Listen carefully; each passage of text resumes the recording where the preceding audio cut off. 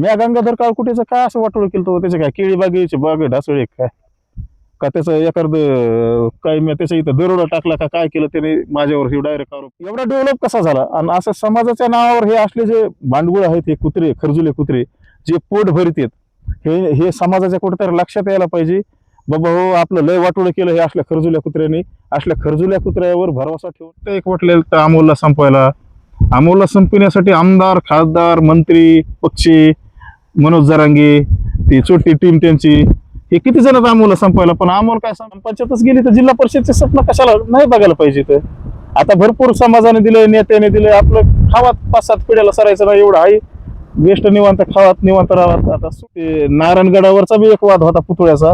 तिथं बी धनंजय आपले सुरेशांना धसने बी पैसे दिलते पंकजाताई मुंडेने बी पैसे दिलते.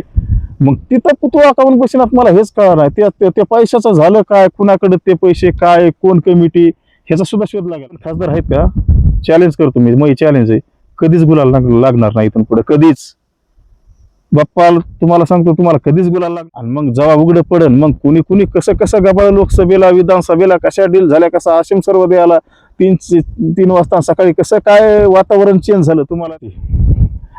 थापापती होते नाही तलपती नाही ते तलपती आहे का ते हे झाले असते तलपती का माहिती का विधानसभेला जर हे जर दिले असते ना 100% 30-40 आमदार आले असते. पण हे मॅनेज झाले कुठेतरी. संबंधीची शपथ घ्यायची त्यांनी म्हणायचं अमोलीमय सुपारी घेतली मी म्हणणार नाही घेतली. मग ते रायगडावरून आपलं मग तिथून पुढे आहे का सरकार मायबाप त्याचा निर्णय. आपण पाहतात आदर्श पोलखोल मनोज जरांगे पाटील आणि अमोल खुने यांच्या बाबतीत आपण याआधी देखील व्हिडिओच्या माध्यमातून बरेच सोशल मीडियावर असे व्हिडिओ व्हायरल झालेले आहेत. ते अमोल खुने आज आपल्या सोबत आहेत. काय सांगाल तुम्ही मनोज जरांगे पाटील यांच्यावर सातत्याने टीका करताय काय विषय काय सांगाल.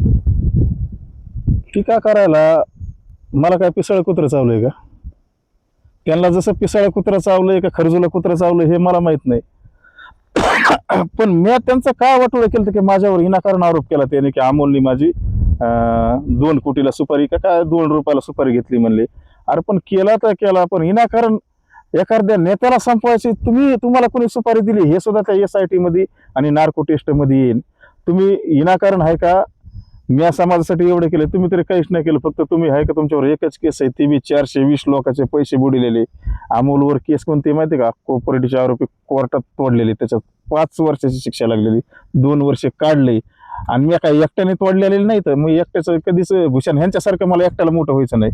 औरंगजेबासारखं कसं औरंगजेबाला कसं स्वतःसाठी बाप मारला माय मारली भाऊ मारले पण मी ते पाप माया रक्तात बी नाही. कारण मी कसं छत्रपती शिवाजी महाराजांनी जसे 18 पगड जातीचे मावळे घेऊन स्वराज्य स्थापन केलं मी काय ते त्यांच्या पुढे पाला पाचोळा बी नाही. पण ज्याने आपल्याला सहकार्य केलंय त्यांचं नाव कधी विसरायला नाही पाहिजे. महाराजा संघ गणेश कुणे होते राजेंद्र जराड होते बाबूराव वाळेकर होते. आम्ही त्या आरोपीला कोर्टात तोडलं पुन्हा नंतर जेलला गेलो. नंतर श्रीपाद चिंदम महाराजावर चुकीचा बोलला होता तर आम्ही त्याला कोर्टामध्ये जेलमध्ये एवढा मारला होता त्याचा एक हात मोडीला होता त्याचा नाकापेका सरी कातडी काढली होती. आम्हाला बी पोलिसांनी भरपूर मारलं. त्या मारामध्ये माझा एक हात फ्रॅक्चर झाला. समाजासाठी असे कामं करावं लागते. आणि जे माझ्यावर कमेंट करते बांधावर बसून तुम्ही समाजासाठी काय केलंय. अरे ज्यांनी समाजासाठी केलंय त्यांना तुम्ही जर किंमत देत नसतान आणि नुसतं फेसबुकवर काही बी टाकतात माझ्या विरोधात कमेंट टाकतात. मग कधी कधी मला असं वाटतंय मला मग मराठा समाजात असे लोक नाहीत. मराठा समाज सगळ्यात मोठा भाऊ आहे महाराष्ट्रात साऱ्या समाजाचा. मग हे मराठा समाजात हे असे लोक कुठून आले की हे मला एवढं टार्गेट करतात मी एवढं समाजासाठी करून बी आणि ज्यांनी काही नाही केलं त्यांना डोक्यावर घेऊन नाचत.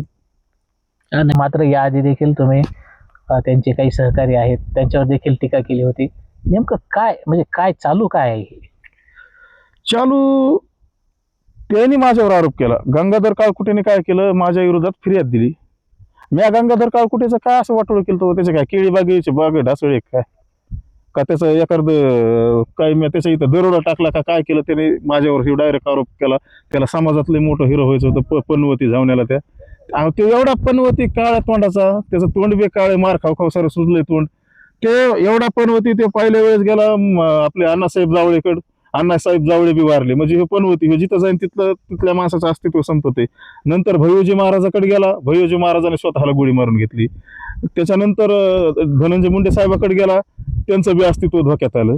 आणि आता मनोज जरांगे संघ आहे. मनोज जरांगेचं सुद्धा अस्तित्व धोक्यातच यायला लागले. म्हणजे हे एवढा पनवती, हे फक्त स्वतःची पोळी भाजी तू. एक काळ ह्याचा असा होता, हे जनावर सांभाळत होता, हे एसटीने प्रवास करायचा, कुठे बी फिरायचा.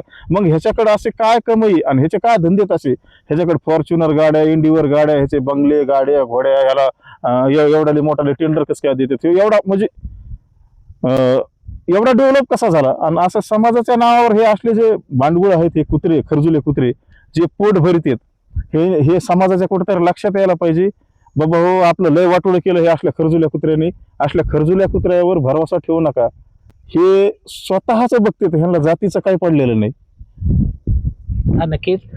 याआधी देखील म्हणजे तुम्ही टीकाच केलेली आहे. सगळ्यांना टार्गेट करताना तुमच्यावर देखील काही लोक टार्गेट करतायत, तुम्हाला देखील बोलतायत. फेसबुक असेल, व्हॉट्सअप असेल, तुम्हाला कमेंट करतायत. त्याबाबत काय सांगाल? अहो, मला टार्गेट किती भयान आहे. माझ्या बाजूने कोण आहे आज? आमदार, खासदार बिचारे त्यांच्या बाजूने हे करतात, निवेदन देतात अमोलला जन्म ठेपला गावात म्हणून. अमोल एकटाच आहे ना आज. अमोलच्या मागं जनता आहे, माझ्या मागं. असं थोडंच आहे. मराठा समाज बी काही आहे माझ्या पाठीमागं. काही माझ्या विरोधात बोलतात. मला 18 पगड जात मानणारे मी, त्या गोष्टीचं मला भूषण नाही आणि मी भूषणात कधी राहणार बी नाही.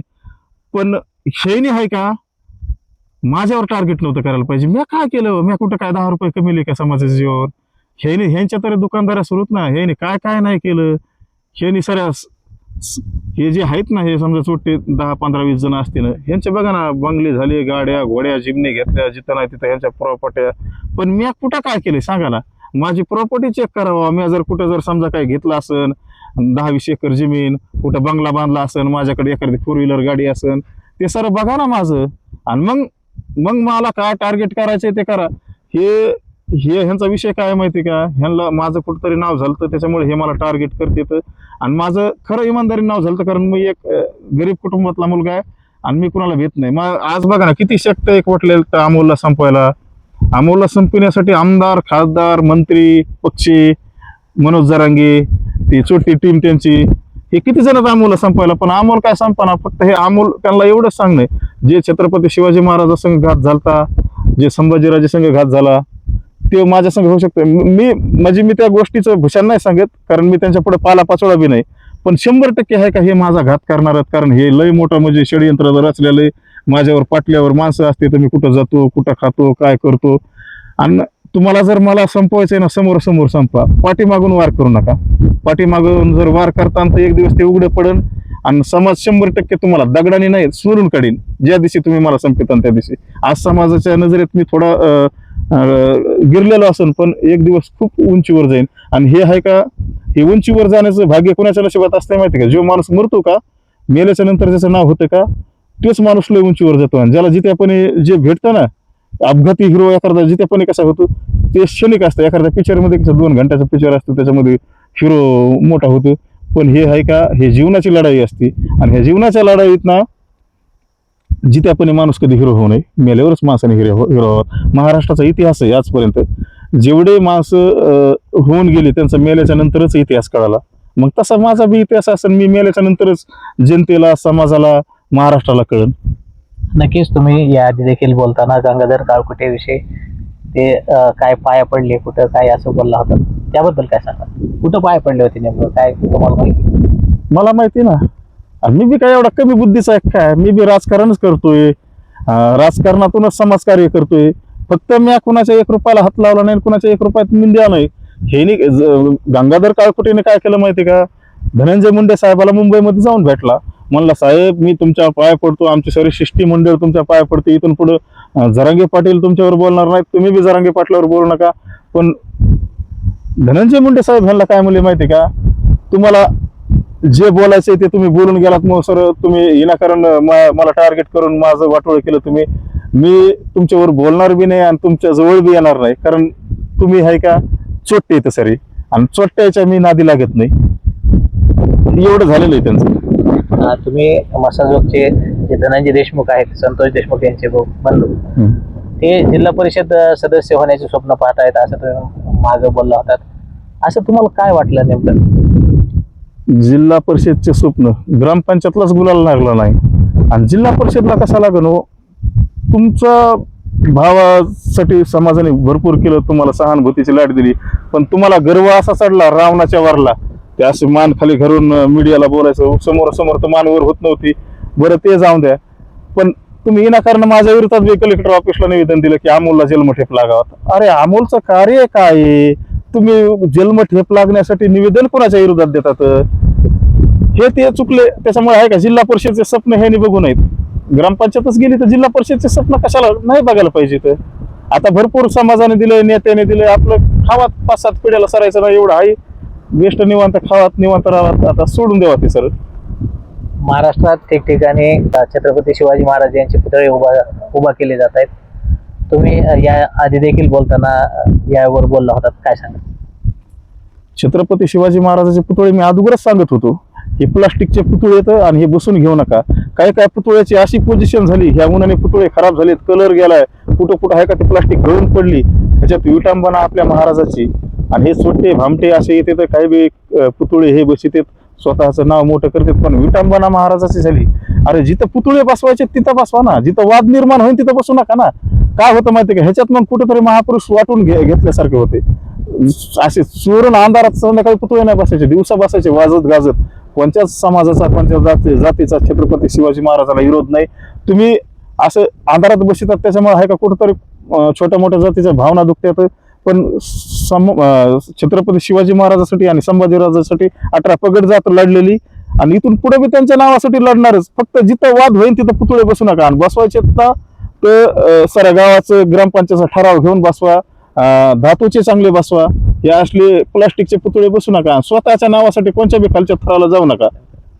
आणि ते नारायणगडावरचा बी एक वाद होता पुतळ्याचा, तिथं बी धनंजय आपले सुरेशांना धसने बी पैसे दिलते, पंकजाताई मुंडेने बी पैसे दिलते.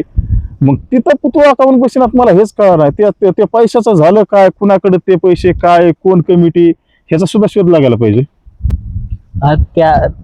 त्या वादात महंत देखील बोलले होते की हा पुतळा म्हणजे जे पैसे गोळा केलेत ते कमिटीचे जे विश्वस्त आहेत त्यांच्याकडेच आहेत, त्यांच्याकडे नाही आहेत. ते नंतर त्यांची तू झाली आणि ते वाद कुठेतरी म्हणजे मागे पडल्यासारखं वाटतं, पण आणखीनही पुतळा बसवला नाही. त्याबद्दल काय सांगा? नाही, पुतळा आता 100% बसावं लागेल ना, कारण 2च माणसाने पैसे दिलेले हे मला माहिती, पण आणि किती लोकांनी पैसे दिले असतील हे मला माहित नाहीत. आणि 100% हे उघडं पडन, कारण महाराजाच्या नावाखाली पैसे गोळा केलेत म्हणल्यावर 100% नगद नारायणाच्या गडावर तुम्हाला पुतळा बसावाच लागेल. कारण ती नगदाची गादी, तिथे सुट्टी कुणालाच भेटत नाही. त्याच्यामुळे हे पाप करू नका. जे पैसे काय जमले असतील ते आणि कमी पडत असले तर जनता तुम्हाला पैसे देईल, महाराष्ट्रातले नेते बी देतील, गोरगरीब देतील, पण पुतळा 100% बसवा. धातूचा बसवा, चांगला बसवा, वाजत गाजत परमिशन हे सर काढून व्यवस्थित पुतळा बसावा. तुम्ही माग तुमच्या विरोधात आमदार खासदाराने देखील पत्र दिलेले आहेत, तुम्हाला शिक्षा लागावी, आणि याबाबत तुम्ही बोललात की त्यांना कधीही गुलाल लागणार नाही. काय सांगा? हा मग अरे एखाद्या गरीबाची हाय लय बेकार असते. बजरंग बाप्पा सोनवणे यांना काय गरज होती माझ्या विरोधात कलेक्टर ऑफिसला निवेदन द्यायचे?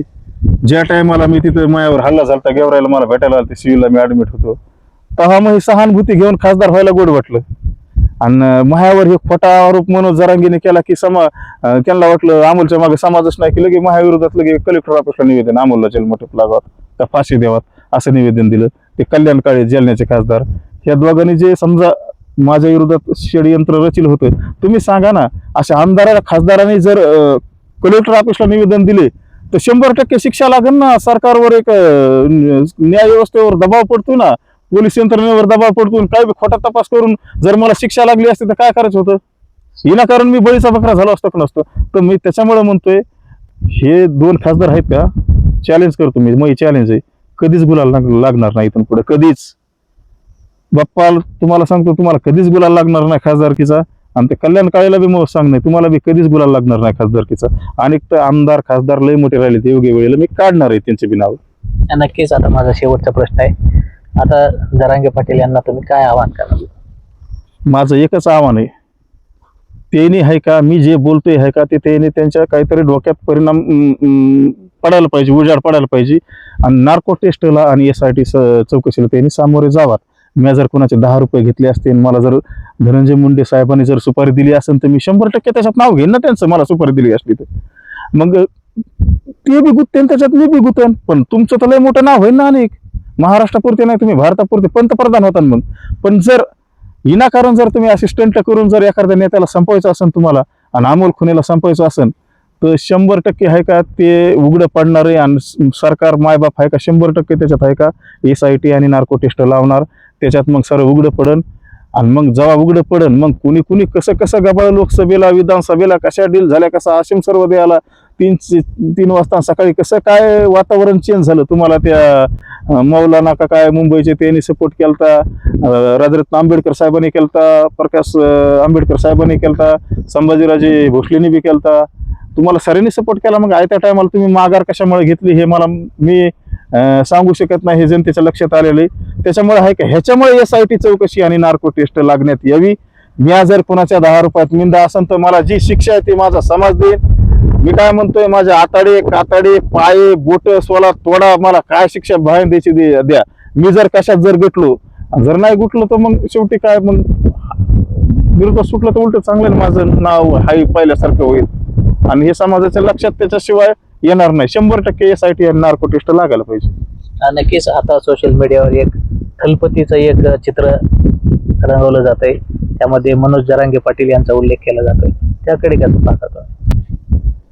थलपती थापापती होते नाही, थलपती नाही. ते थलपती आहे का ते हे झाले असते थलपती का माहिती का. विधानसभेला जर हे जर दिली असते ना 100% 30-40 आमदार आले असते, पण हे मॅनेज झाले कुठतरी. त्याच्यामुळे हे थलपतीचं हे स्वप्न बघून आहेत, हे थापापती 100% झाले. तर आता हे आहे काय, हे ह्यांना मग चॅलेंज आहे, तुम्ही सरकार पाडायच्या गप्पा सोडून द्या. तुम्ही स्वतः आहे का त्या महाकाळा कारखान्यावर आहे का ग्रामपंचायतचे सदस्य सुद्धा होऊ शकत नाहीत. चॅलेंज आहे माझी. हे आमदार सरकार दे लय विषय लांब. तुमच्यावर समाजाने लय भरोसा टाकला होता, पण तुम्ही समाजाचा लय वापर करून स्वतःची पोळी भाजून घेतली. आता मनोज जरांगे पाटील यांना आवाहन करताना कुठं बोलवायचं, काय तुम्ही काय ठरवलंय का? माझे त्यांना आव्हान आहे, रायगडला तर तुम्ही बी जाता, तुमचा ताप आहे 100-200 गाड्याचा, पण मी बसने किंवा नाही तर ST ने कशाने सायकलवर कशावर बी येईल रायगडला. तिथं दोघांनी बी शपथ घ्यायची संगमेश्वरच्या ह्याची आपली पिंडीवर आणि महाराजांच्या समाधीची शपथ घ्यायची. त्यांनी म्हणायचं आमोलीमय सुपारी घेतली, मी म्हणणार नाही घेतली. मग ते रायगडावरून आपलं मग तिथून पुढे आहे का सरकार मायबाप त्याचा निर्णय घेईन आणि दोघांची SIT चौकशी नार्को टेस्ट लावतील. त्याच्यात जे सिद्ध होईल ते मग महाराष्ट्राची जनता बघन. तारीख काय? 6 जून. 6 जूनला ते बी जाणार तर मी बी जाणार आहे 6 जूनला. पण आमचं कसं आहे आता हे VIP तर हे डायरेक्ट तिथं रुपीने जाणार, आम्हाला 10 किलोमीटर पायी जावं लागेल. तिथं गाडी बी एखाद्याची नेली समजा भाड्या थोड्याने तर आम्हाला तर अलीकडेच थांबावं लागेल. त्याच्यामुळे आम्ही आमचं पायीच जाणार, आम्ही रुपीने नाही जाणार. त्या कार्यक्रमात काय होऊ नये म्हणून तुम्हाला अडवतील ना? कार्यक्रमात काय मी काय महाराजाचा मावळा नाही का मी मराठा नाही, मी शहानुकुळी मराठा आहे ना, मला कोण अडीन. आणि तिथं आडायला रायगड काय एकट्या कोणाचा आहे काय? रायगड 18 पगड जातीचा आहे. 18 पगड जातीसाठी 18 पगड जातीने तिथं आपलं रक्ताचं बलिदान दिलेलं जनते लोकांनी. त्याच्यामुळे महाराज काय एकट्या पंचजातीचे नाहीत, 18 पगड जातीचे आहेत. आणि तिथं कोणीच कोणाला रोखू शकत नाही. रायगड आहे ते, रायगडवर कोणी बी येणार आहे, फक्त रायगडवर तंबाखू खाऊन कोणी जायचं नाही. एवढंच माझं. नक्कीच आता मनोज जरांगे पाटील यांना त्यांनी आवाहन केलेलं आहे की येत्या 6 जूनला ते रायगडावरती यावा आणि जो आरोप केलाय तो सिद्ध करून दाखवा, असं आव्हान त्यांनी केलेलं आहे. नेमकं आता यापुढं मनोज जरांगे पाटील काही प्रतिक्रिया देतील का, असा सवाल देखील या निमित्ताने उपस्थित केला जात आहे. कॅमेरा पर्सन राहुल गायकेसह मी नितेश उपाध्ये, बीड.